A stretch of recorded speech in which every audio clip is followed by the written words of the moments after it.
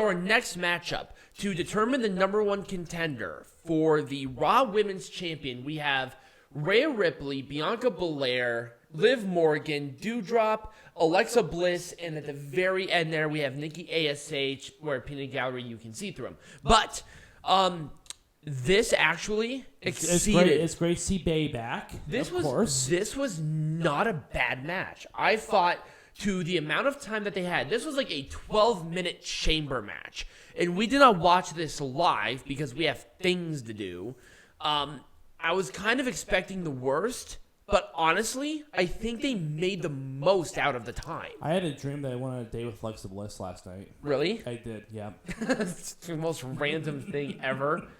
I just really like this. So we're going to go through when they... Number one, the character work throughout this whole match was awesome. Like, pinpoint, really good. So we're going to go through the eliminations... through the elimination chamber. I remember introducing her to Mothership. I'm not sure how that whole interaction went, though. That probably went really bad. So, we have the Riptide on Nikki ASH for the win. Or for Nikki ASH to leave. Sunset Flip Powerbomb on Doudrop by Liv, who was the star of this match. Let's just put it that way. We have the Twisted Bliss on Morgan. We have a KOD on Ripley and a KOD on Alexa. Now, the original ending, which I thought would have been better, was a double pinfall with Alexa Bliss and Bianca Belair, and they were going to do a triple threat match at WrestleMania. No, they weren't. That was what was originally on the script. Yes, it was. No, it wasn't. Yes, it was. It's a lie. You know it. It's not. It was always supposed to be. No, it wasn't. No, they well, at least they thought they might have done something like that. Okay, let's put it this way. There are so many ideas flowing through WrestleMania right now that they were thinking about bringing Vince McMahon in for a match. Really? That's how many ideas that are flowing through that fucking couple. Well, they're trying to figure this out. I at least would have been interested if it was a triple threat match. I would have been kind of interested. Let's put it this way: they have 6 matches that are possibly announced over 2 nights. They gotta fit like 15 matches. And I think there's only like 50,000 tickets sold between both nights. Not each night, both nights. Yeah. That's not good. Yep. Although I still like how I'm translucent, so I'm going to keep this shirt on. Thank God. But I think overall this match was, like I said, it was a lot better than I expected given the amount of time. We were really worried, but I was actually like pleasantly surprised. Oh, well, it was fine. Oh, also, it was paced fine. It was paced really well. Also, they don't have to wear the gigantic baggy shirts anymore. Yeah, they just have to wear the gigantic baggy, like... It's not baggy. It's the skin tight, whatever. Right, it's their skin suits. It's progress. I'm gonna be happy with progress. No cleavage showing, according to the Saudi Arabian government. Yes. We might have a discussion on that later. We'll talk about that in a little bit. That's a whole show within of itself, too. But yes, this was actually not a bad match. All right, so let's make this shit majestic again. We're starting with a match that was on the pre-show, but we didn't watch the pre-show, so we're not going to cover it. So the only thing that's going to save this is Logan Paul, which is what's going to happen at WrestleMania. Yeah, Logan Paul is going to be teaming up with The Miz to face the Mysterios. I wouldn't hate that. It's Logan Paul, though. I know. Logan Paul is breaking into all the combat sports and doing their shit. I don't know. It might be good if Logan Paul's more like Bad Bunny. It might actually be decent. I'm gonna be optimistic about it. I don't know.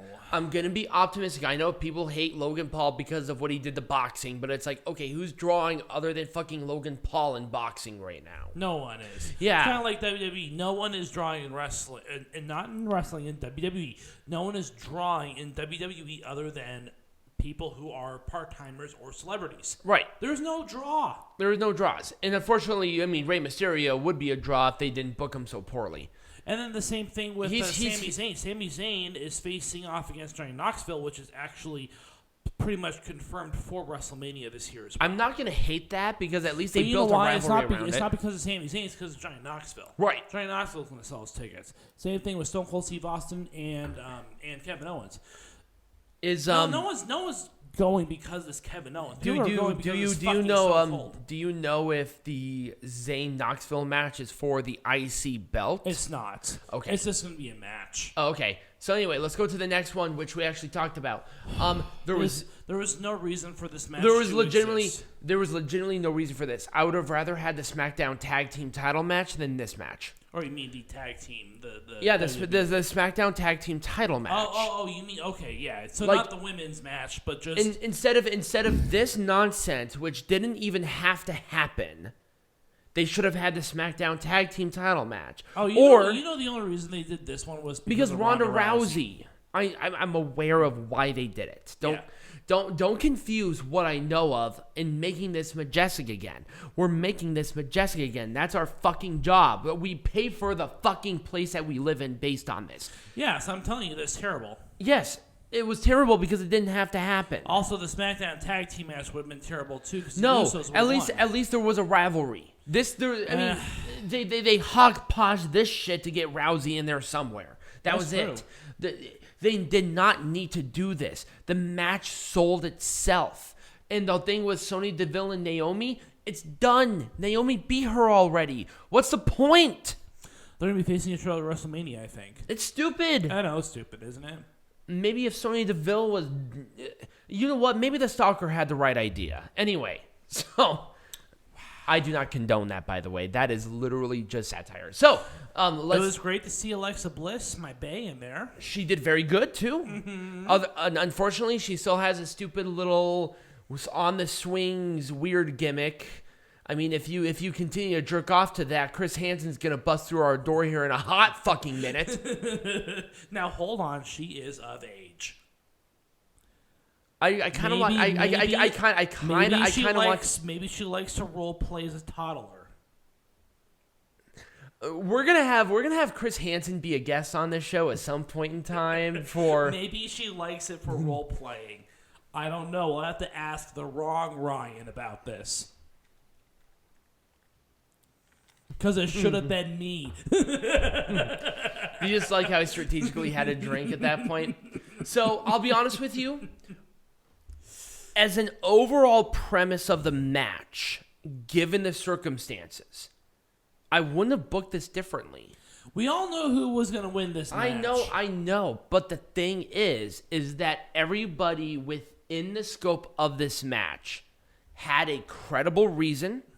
The match itself was structured, paced, and fought really well.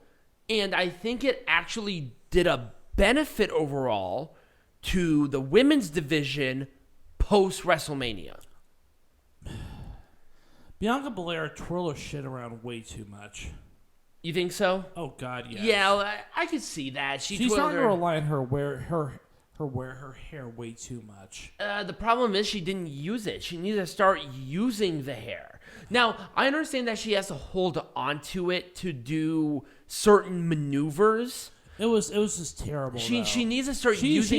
She was showboating to the Saudi royals really hard, man. You think so? Mm-hmm. Do you think Rhea Ripley probably would have been a better winner? No, Rhea Ripley sucks. You're so negative. Rhea Ripley has the charisma and the what are you talking about? Gimmick of a ham sandwich. Did you watch the same match that I did? Rhea Ripley is one of the best acts that they have right now. Period. No, she doesn't sell like Bianca Belair does, because Bianca Belair is. I know, but in comparison to anybody else on this fucking thing, I mean, Nikki Ash sells as well as a bologna sandwich. I'm pretty sure I can poop out something that sells better. I mean, at least Liv Morgan is showing more and more of how good she is. Yeah, but Vince McMahon, well, I don't know. She's blonde and she has big boobs, so she doesn't have big boobs. I mean, she's hot, but I wouldn't say that she has big boobs. Know. She's got maybe C's.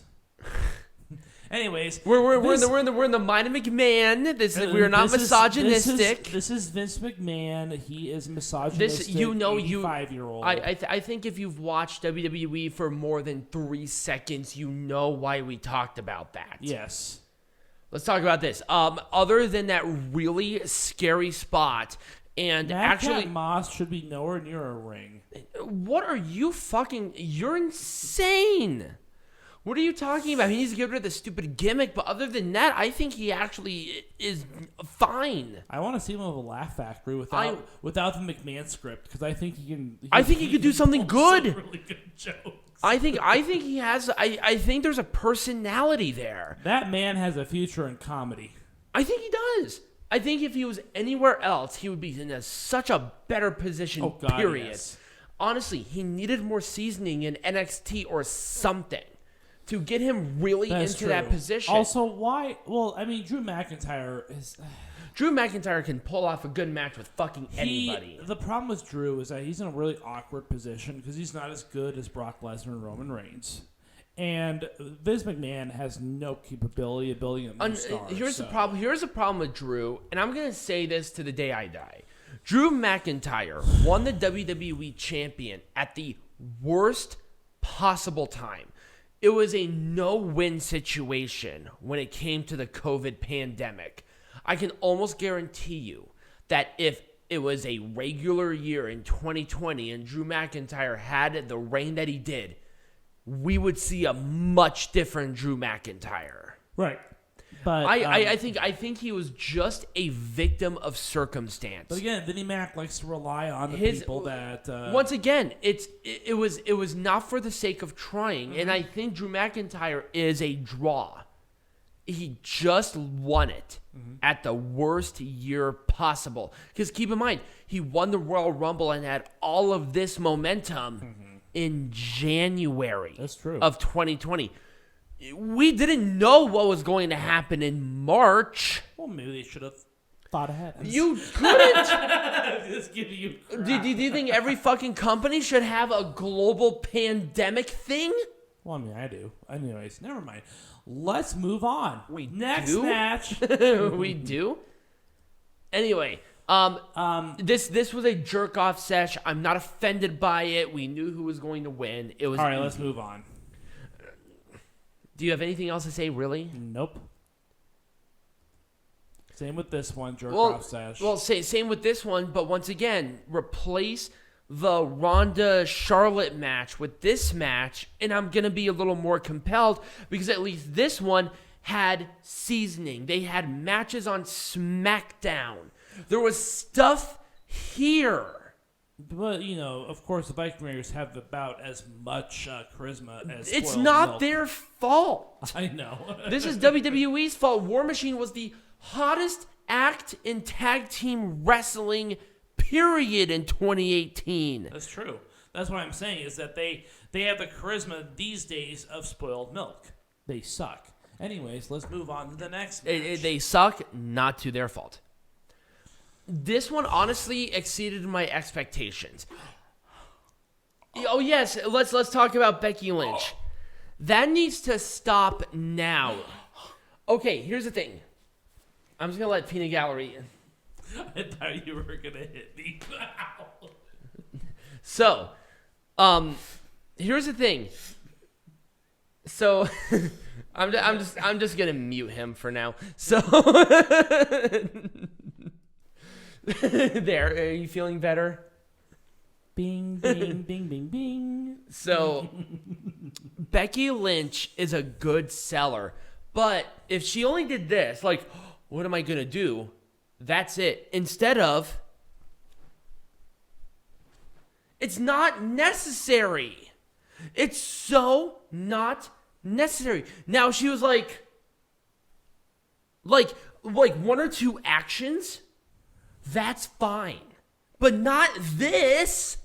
It doesn't. She's terrible at selling. It's really bad. She never has been good at selling, and she's terrible. She used to be so much better. She's going. No, she's never been. She's selling. She's going too far. She's overcompensating. Well, yeah, because apparently she cannot wrestle. I mean, come on, something's wrong. She can't sell very well. I wonder if she's doing this on purpose because she just doesn't care. Maybe because she's almost immune. Maybe WWE should release her. Yeah, let's send a message. Do better. Yeah. Anyway, well, you know what? They're not going to. You know why? Because she sells them merchandise. She does. She's a draw. That's the thing. Becky Lynch, even now, She's a draw. Right. She just wasn't a draw to Saudi Arabia, so they had to bring Lita out of the grave. Right. Now, okay, to Lita's credit, she did okay. Yeah, she did. Now, if Lita had... Now, I even told this to Peanut Gallery. All she needed was, like, 1 or 2 matches, like, right before the show, and we would have been talking about a much different match. Because as the match went on, she was getting better and better and better. But she just needed an extra little, like, warm-up match. Even just, like, a 5-minute, easily digestible match. Like a tag match even, where she got involved. She just needed to break off some of that ring rust before this match. We would have been talking about a much different match. Anyways, move on to the next match. But that's really all it needed to happen. Yep. Chamber. I wouldn't have done anything differently, to be honest with you. No. With Lashley and the shoulder injury, I think that was the safest way to do it, where they kept him strong. Of course Brock Lesnar had to win. I mean, if you chose anyone but Brock Lesnar to win, then why did you even attempt? Now, if WWE wanted to be something crazy... They should have had Riddle win. That would have been awesome, actually. Riddle versus Randy Orton for the WWE Champion. That would have been the talk of the wrestling world. It would have been, but they're not going to because WWE wants to play safe. They don't want to take that risk. They don't and want it's like, to. why not? And you know what would have happened? It would have been Randy Orton Riddle at WrestleMania. That's what people want to see. Oh, I know, and that's what WWE was planning. Have the Roman Reigns Brock Lesnar match for the Universal Champion. Like one night, Riddle, Randy Orton the other night, and then have the title unification the second night. Right, or whatever. But, you know, I mean, but again, that's WWE wanted... Majestic. That would have been my option if, in an ideal world, I would have had a surprise Riddle WWE Championship. Yep. Even if they wanted to put it on AJ, fine, cool. Well, AJ doesn't have a credible rival in front of him. That's true. And at least with Seth Rollins, they could do a churn with Kevin Owens and have Seth Rollins, Kevin Owens for the title of WrestleMania. They're not going to do that, though. I know. I think Riddle would have been the surprise. I think Riddle would have been a surprise. Oh, because, God, yes. Because Riddle obviously has the talent. He has the charisma. No matter what you say about him in his previous personal circumstances, he's still popular with people. Right. Anyways, that's all I have. Majestic. And yeah, that was it for Elimination Chamber. So, when we come back, we're talking to Peanut Gallery. And Peanut Gallery, speaking of Chamber, what are we talking about? Well, we're going to talk about the system of class in Saudi Arabia and the crowds therein. Yes.